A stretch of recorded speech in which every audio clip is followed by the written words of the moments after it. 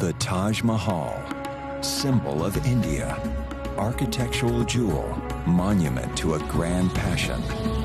The Taj Mahal was built in the 17th century by Shah Jahan, king of the world, ruler of India's mighty Mughal empire.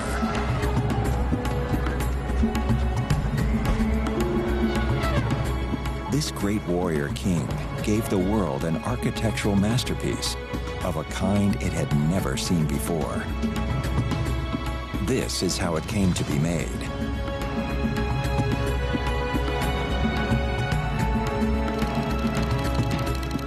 It's also the legend of his queen, the beautiful Mumtaz Mahal, and of their love, too perfect to survive.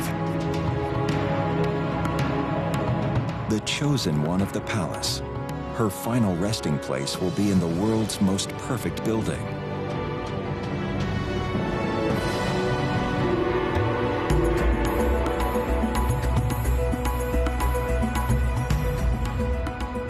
But the magnificent chambers of the Taj Mahal hide a secret. And Shah Jahan will pay a terrible price to complete his life's work at a turning point in India's history.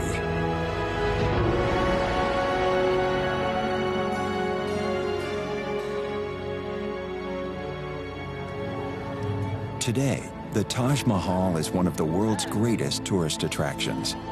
Every year, more than 3 million people come to see humanity's loveliest building with their own eyes. But for the Indian nation, the Taj Mahal is much more than an architectural masterpiece.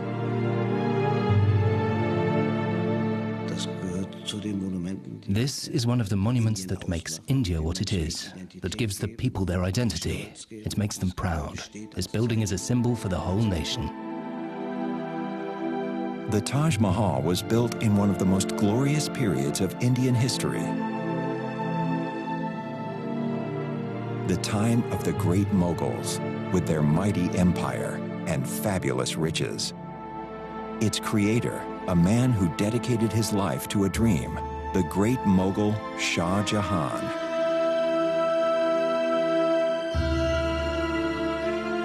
The building that emerged from his plans perfectly combines grace and scale, power and beauty. The Taj Mahal, crown of the palace. The inner sanctum of the Taj is a tomb. For Mumtaz Mahal, the love of Shah Jahan's life, the great Mughal created this eternal love poem in stone in her memory.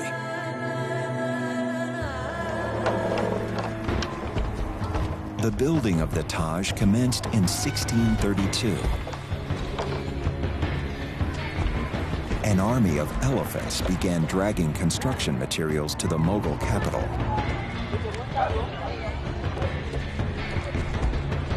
It would be the greatest building project of the age.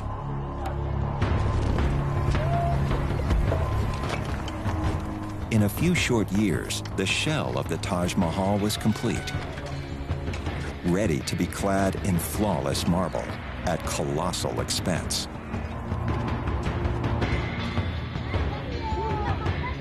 The location of the Taj on the banks of the Yamuna River was a special challenge. Am Wasser hat man meistens keinen festen Baugrund. Sie müssen also sehen, dass Sie Close to water, you rarely find ground solid enough to build on. So you have to dig down until you hit hard, dry earth. They came up with a brilliant solution to this problem, one that's still used today in a slightly different form. They decided to build a well foundation. That was a revolutionary idea for those times. The great Mughals' engineers dig deep wells to below the water table. Then they fill them up with rocks and mortar. On this base, the master builders erect stone columns, linked together by massive arches.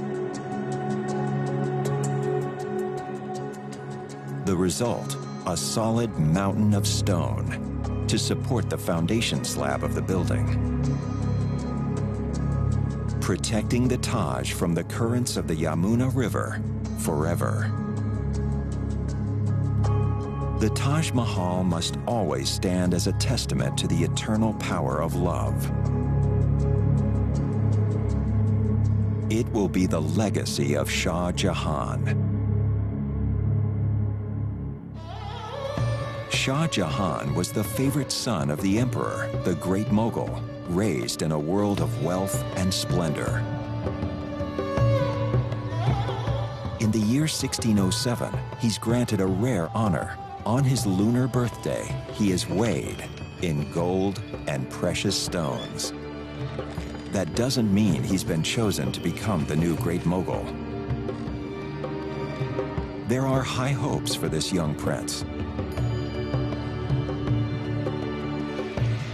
But there are great dangers, too.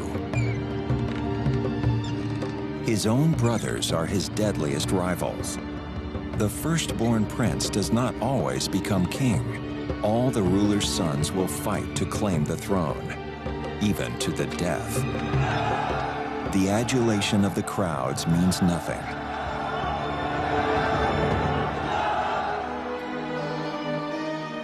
The court chronicler records his master's life, its triumphs and disasters.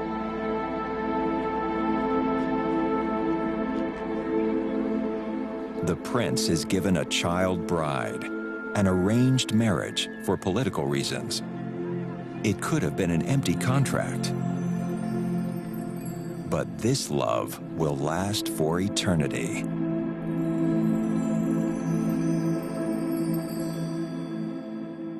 Ten years later, the prince is 25 years old. His star shines brighter than ever. He has fought the enemies of the emperor, winning victory after victory. As a reward, his father gives him the title, Shah Jahan, King of the World. The capital of the Mughal Empire is the great city of Agra in northern India, the location of the giant Red Fort, the center of imperial power and one of India's mightiest strongholds. The ruling Mughals and their families live in magnificent palaces inside the fort.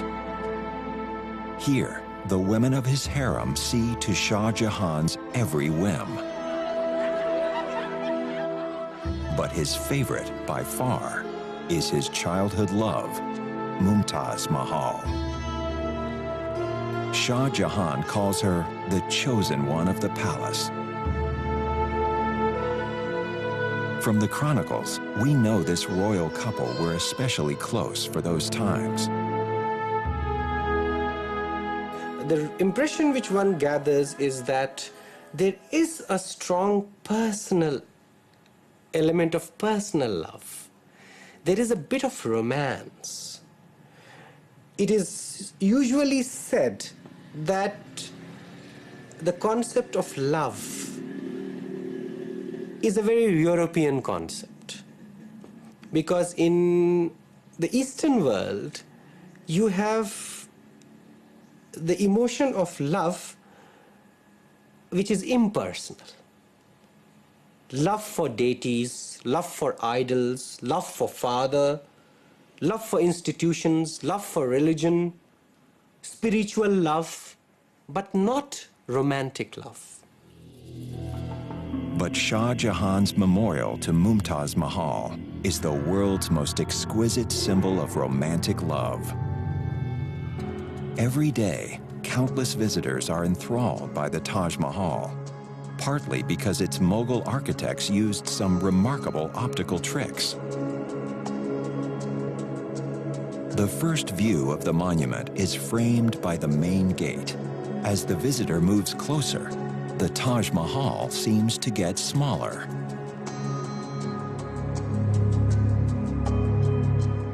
It seems to grow bigger as you walk away. The guides here say, when you leave, you take the Taj with you in your heart.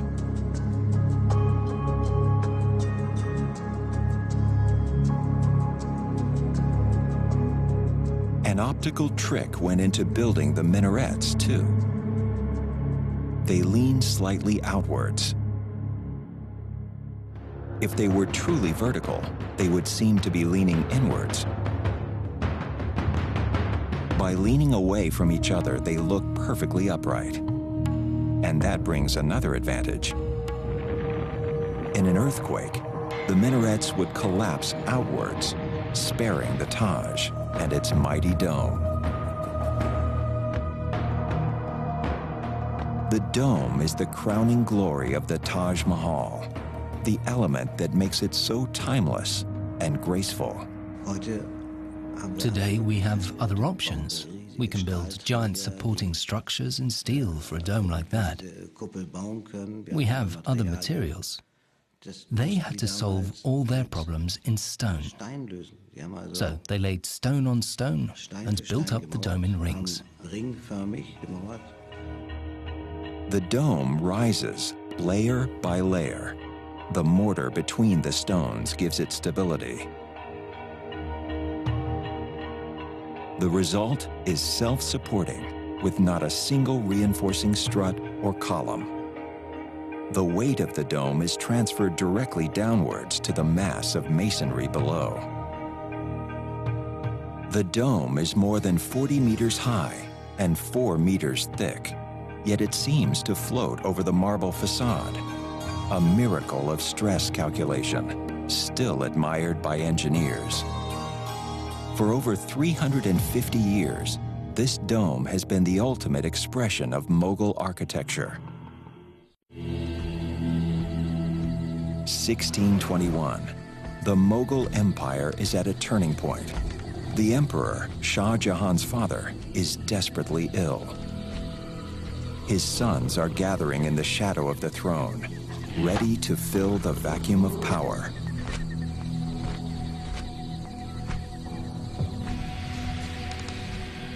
Shah Jahan knows his moment has come.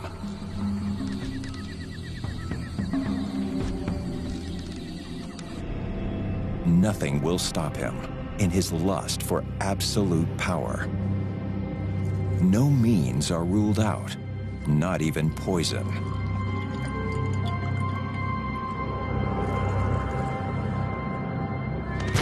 When the great Mughal finally dies, Shah Jahan has his rivals eliminated.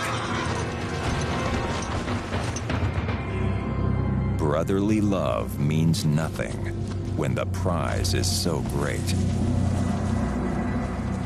There was a notion of family, and there was a notion of affection. But this feeling recede into the background. And then that particular vision of acquiring power for yourself and to rule the country or empire as you see fit becomes the rationale behind all the violence that is perpetrated. With his rivals gone, Shah Jahan seizes the throne. He's crowned emperor in 1628 in the Red Fort in Agra. Shah Jahan soon proves himself a wise and moderate ruler. He guides the empire to even greater prosperity.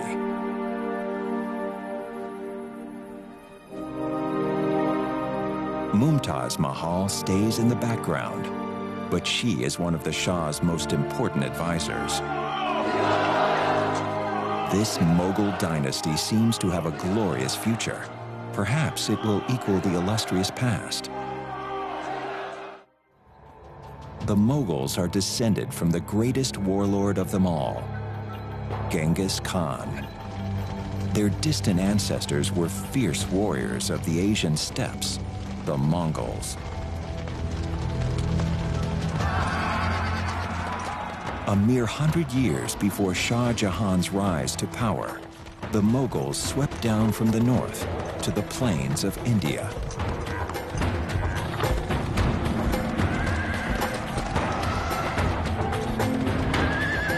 Their cannons crushed one Indian city after another.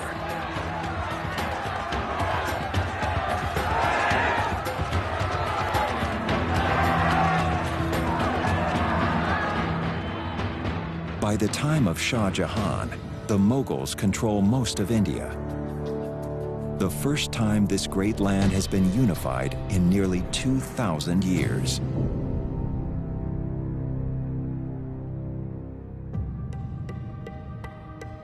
The Mughal rulers bring their faith with them, Islam. After Hinduism, Islam soon becomes India's second religion. But the invaders don't impose it on the people. They seek a balance between the cultures. The Mughal lords proclaim religious tolerance. More than 100 million people now see business and industry, science and art flourish. Artists at court portray their rulers as godlike beings.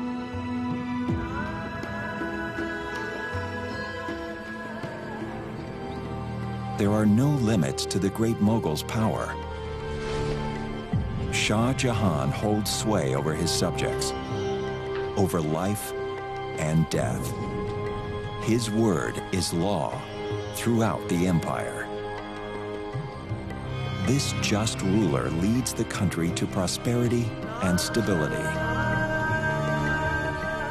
The court chronicle records that Shah Jahan brings the people abundant joy and happiness. Under Shah Jahan, Mughal rule in India reaches its dazzling zenith. But now, his greatest legacy, the Taj Mahal, symbol of the Indian nation, is under threat. This has been a high-security zone since 2006. After bomb threats from terrorists and religious fundamentalists, it's guarded round the clock.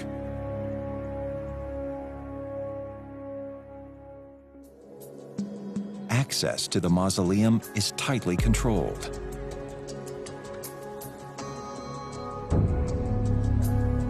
Filming of the magnificent interior is forbidden. Art historian Ebba Koch was able to study the Taj before the restrictions came into force. She is the international expert on the Taj Mahal and its history.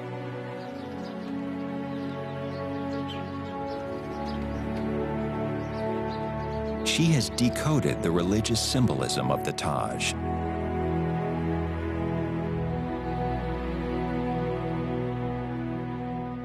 The Taj Mahal is the architectural embodiment of this life and of the next, according to Islamic belief. The ground plan shows this duality. The complex is split between the tomb garden with its mausoleum and a worldly side meant for bazaars and markets. What's interesting is that the worldly side is the mirror image of the mausoleum side. The connecting square with the great main gate marks the transition to the tomb garden and opens up the view to the mausoleum.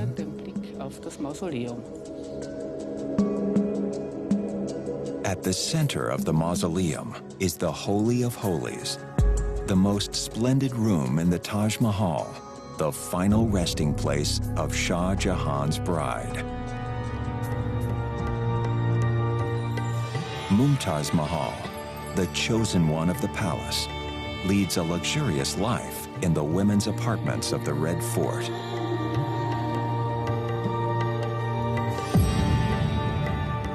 Poets admire her grace and charm.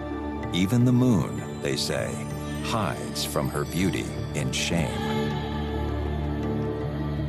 The First Lady of the Empire is fabulously wealthy. She has huge resources. She was the highest recipient of money in the entire harem, being the chief queen or the most beloved queen of the emperor, because payments in the harem were graded. We have very interesting accounts of graded payments from a very huge amount to a very small amount. And on top of this, there were gifts, very, very exquisite, expensive gifts on various occasions. The riches of the Mughal dynasty are legendary. Both men and women wear jewelry. For the men, it's a sign of nobility, and they give precious jewels to their favorites in the harem.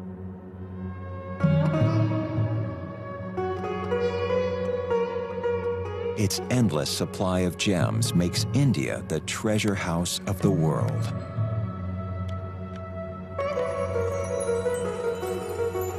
In the Mughal Empire, the Indian art of jewelry reaches its peak. Precious stones decorate statues, furniture, weapons, and fabrics. Even today, works by Mughal craftsmen command the highest prices. The same is true of India's textiles. Cotton has been woven here for more than 4,000 years. This is still a vital industry in India.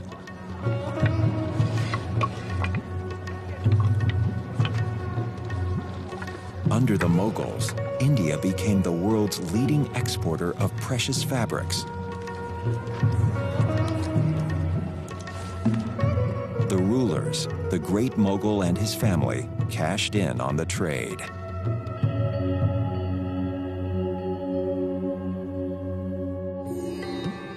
Shah Jahan has a special duty to his dynasty: to produce heirs. His wives in the harem bear him children. But as the chronicles tell us, once they have done their duty, these women are his wives in name only.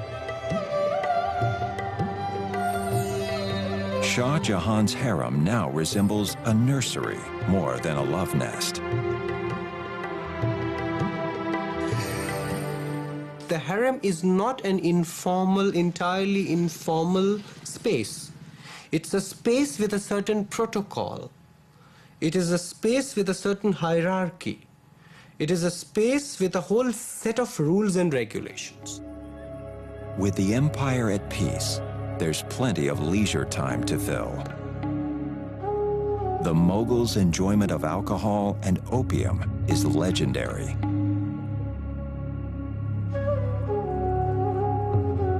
Shah Jahan and Mumtaz Mahal are together every possible moment, as the chronicles record. The mutual affection and harmony between the two had reached a degree never seen between a husband and a wife among the classes of rulers or among the other people. The Imperial Chronicle describes their life at court. The intimacy, deep affection, attention and favor which His Majesty had for the chosen one of the palace exceeded by 1,000 times what he felt for any other. For Shah Jahan, the happiness of Mumtaz Mahal is paramount. If you look at the wardrobe of the emperor, if you look at his private chambers, if you look at the shelf which displays all the perfumes, ointments, oil, and a whole range of aphrodisiacs, then you would perhaps know that there is a lot of interest to develop into good lovers, to acquire emotions or to release emotions in a way that would revitalize them or rejuvenate them.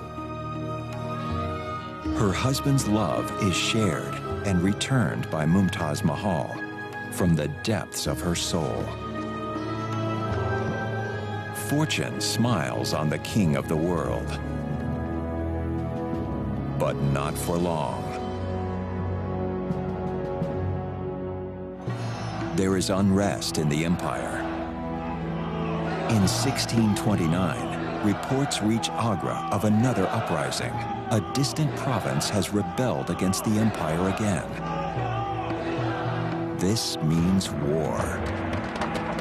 Shah Jahan mobilizes his army.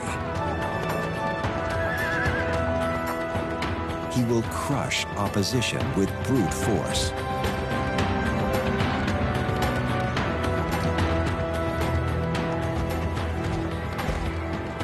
Day after day, week after week, the Mughal army blazes a trail across the Indian plains. Nearly 2 years of forced marches follow for Shah Jahan's soldiers. But nothing will tear Mumtaz Mahal from her husband's side.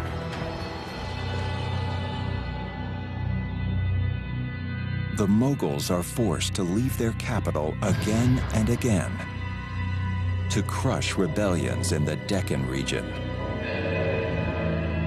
The campaign seems to have no end.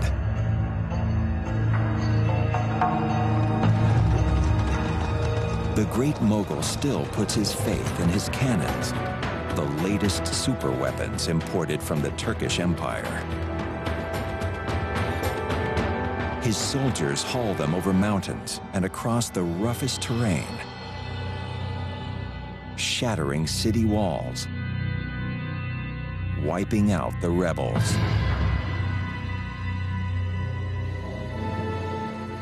But his string of victories is interrupted by tragedy. In the midst of the campaign, Mumtaz Mahal falls pregnant with the emperor's child. But there are complications at birth. For once, the king is powerless. As his bride weakens, the great Mughal can do nothing but pray. The court chronicle recorded the sad events. On the 17th of June, 1631, the unfortunate demise of Her Majesty the Queen took place shortly after her confinement and made the whole world a house of mourning.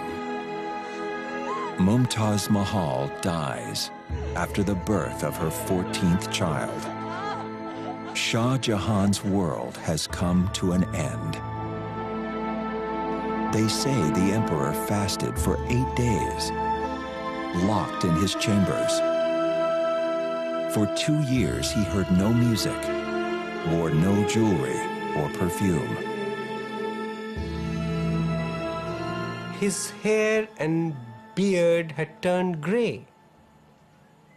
He looked older, much, much older than what he looked when he went into confinement or statutory mourning. So surely this must have had a deep impact on him. Before she died, legend says Mumtaz Mahal made a wish for a mausoleum more sublime than any the world had seen. This will be Shah Jahan's task for the rest of his life, to erect the world's most beautiful building in her memory.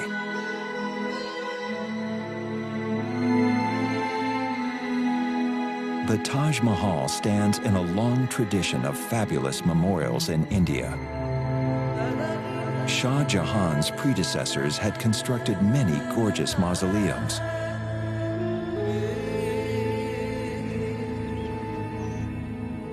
The Taj Mahal combines the very best elements of the memorials to Shah Jahan's forefathers. The tomb of his own father provides the model for the minarets. His great-grandfather's mausoleum had 4 corner turrets surrounding a central core. The 4 mighty portals are inspired by his grandfather's tomb. And Shah Jahan took the form of the Great Dome from the memorial to a famous ancestor. Different models, united in perfect harmony. No other mausoleum may come close to the Taj Mahal in scale, beauty, and grace. This monument must be nothing less than a paradise here on earth.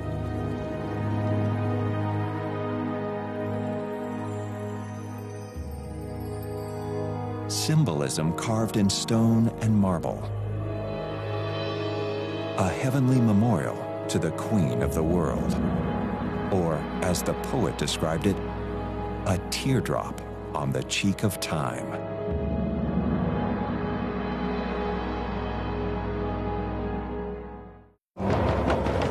In 1632, just 6 months after Mumtaz Mahal's death, work begins on the Taj Mahal.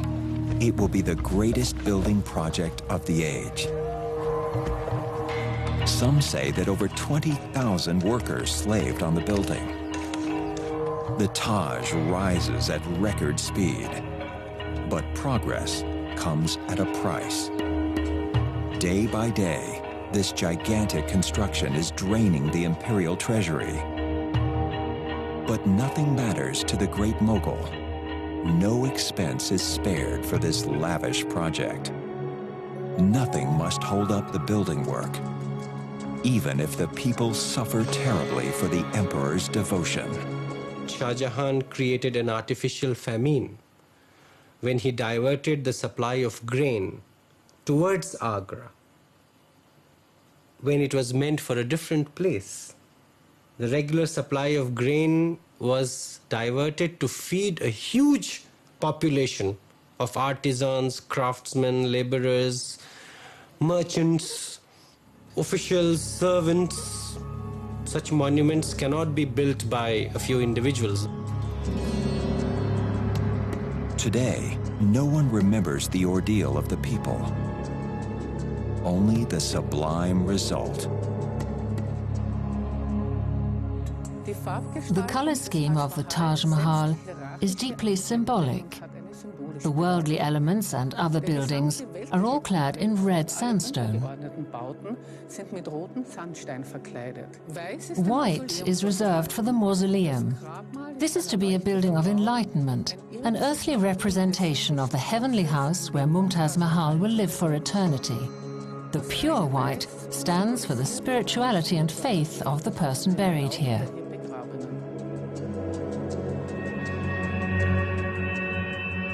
The white marble for the Taj Mahal comes from quarries at Makrana in Rajasthan, still in use today. Makrana marble is already famous in Shah Jahan's time. Hard yet easy to work. It's prized for its fine detail and high polish. The Great Mogul has reserved Makrana marble for imperial buildings.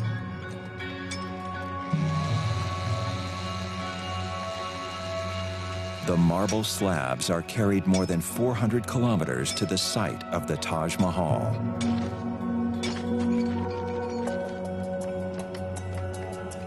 Construction consumes colossal amounts of this fabulous stone. With the skeleton of the building complete, the bricks disappear forever beneath the pure white facade. It's this smooth, glowing stone that gives the Taj Mahal its unique impact.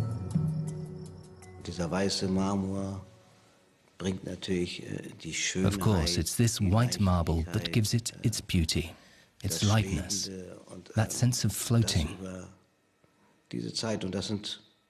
These are means of expression available to an architect,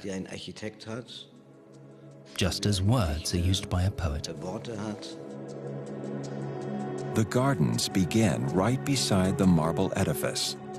The garden is the heart of the Taj Mahal.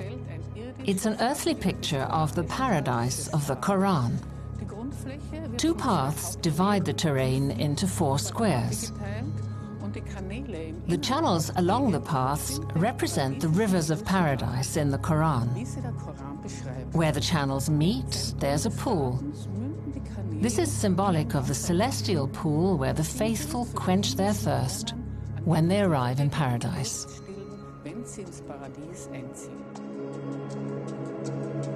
True to Mughal tradition, the mausoleum and garden form an invisible unity. And the interior of the mausoleum itself is modeled after the 8 paradises of the Quran. 8 chambers surround the central space beneath the dome. Mumtaz Mahal's coffin lies here. Before long, it attracted pilgrims from far and wide. Even today, the graves of deeply pious Muslims attract thousands of pilgrims. The flowers on the graves recall the Prophet Muhammad as he ascended into heaven. Each drop of perspiration turned into a rose. The faithful pray to the departed, asking for their divine intervention. Indian Muslims are still drawn to the sumptuous memorials of the Mughal rulers in the same way. Orthodox Islam has no time for the worship of saints, but here in India, it's still widely seen.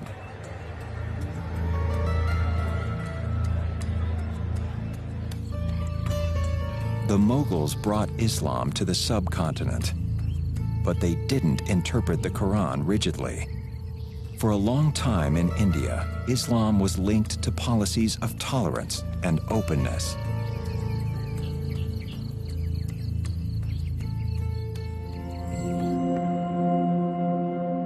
Under Shah Jahan, that tolerance and openness reaches far beyond India's borders.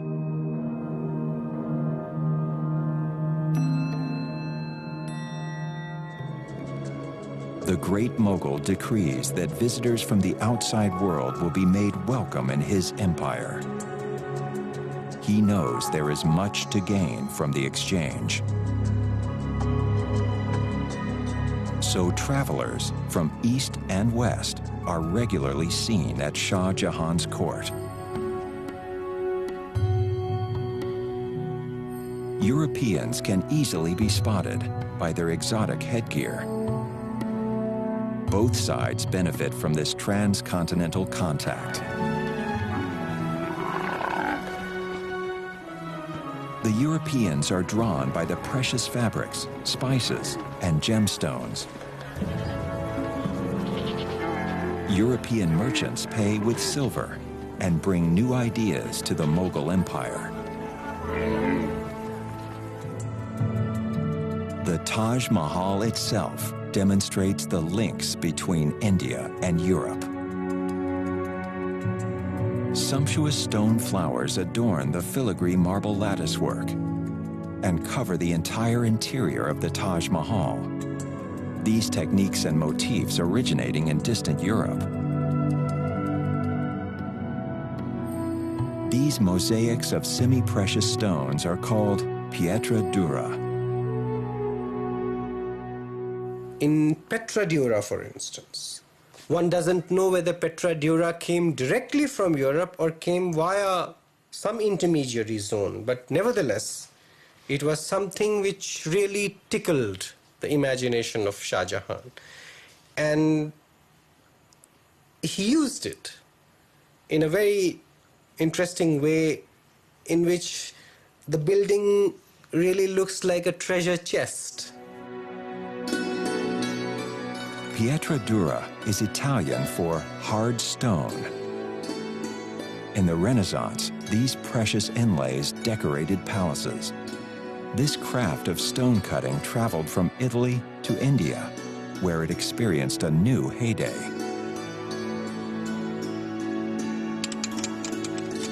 In the Pietra dura workshops of India, the techniques haven't changed in hundreds of years. Many families have been doing this for 17 or 18 generations. These are the direct descendants of the craftsmen who worked on the Taj Mahal.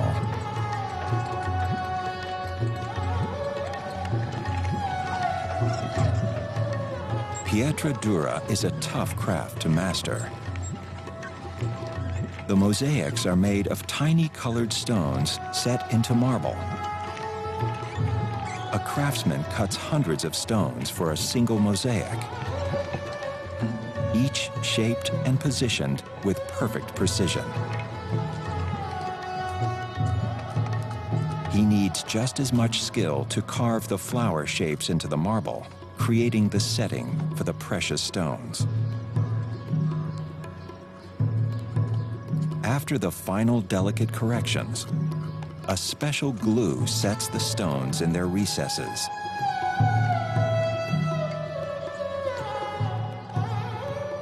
Painting in stone is one of the glories of Indian craftsmanship. But no chronicles record the names of the artists who decorated the Taj Mahal. One thing we tend to forget is the hard labor, sweat, suffering of artisans and ordinary craftsmen. Nobody knows anything about them.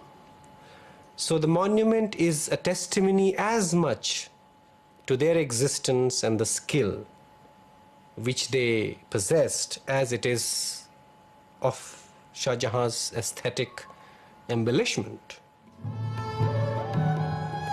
Through their work, the men who made the Taj Mahal live on.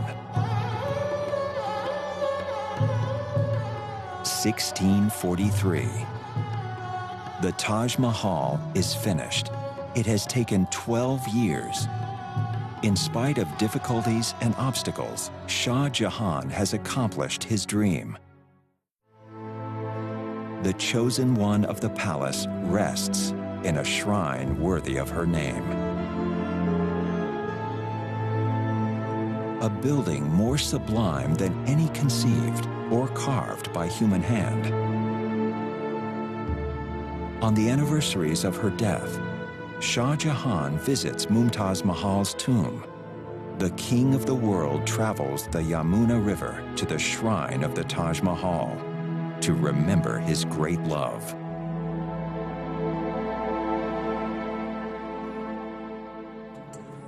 The Taj Mahal conceals a final mystery. The coffin seen in the mausoleum is only a cenotaph, an empty monument. Mumtaz Mahal lies in a secret marble chamber below. There she rests, undisturbed.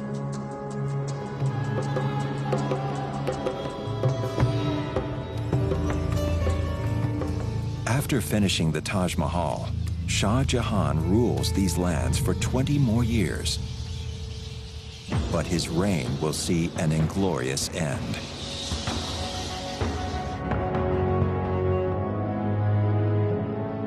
His costly projects and extravagant lifestyle have brought the empire to the edge of ruin.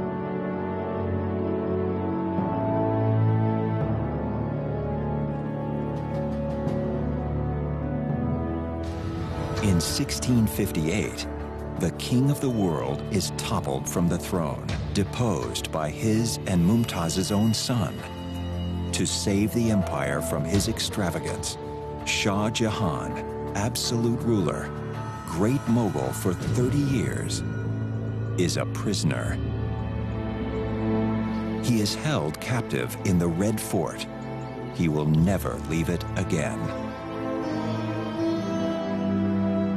In the evening, a servant reads him stories of the heroic deeds of his youth, epics of bravery and power, struggle and triumph, a long, long time ago. In his decades of intelligent rule, the Shah Jahan's Mughal empire reached its peak. No one dared challenge his infinite power.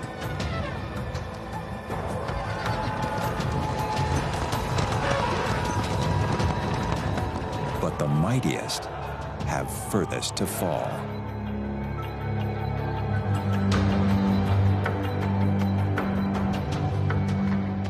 Just one comfort remains to Shah Jahan. In the distance, from his prison window, he can see the gleaming monument of his beloved. He cannot forget his passion for the chosen one of the palace. Their happiness was mortal. Their love was for eternity.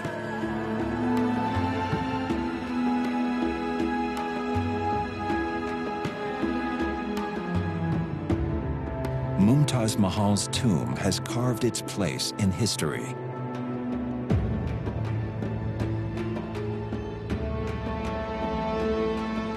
Shah Jahan will also find his last resting place here. In 1666, at the age of 74, Shah Jahan dies. His chronicle ends with the words, "The king of the world has died. The body was taken by river to the magnificent tomb of the late Queen Taj Mahal. Shah Jahan is reunited with his chosen one of the palace. Their legacy will make them immortal. The most perfect building in the world.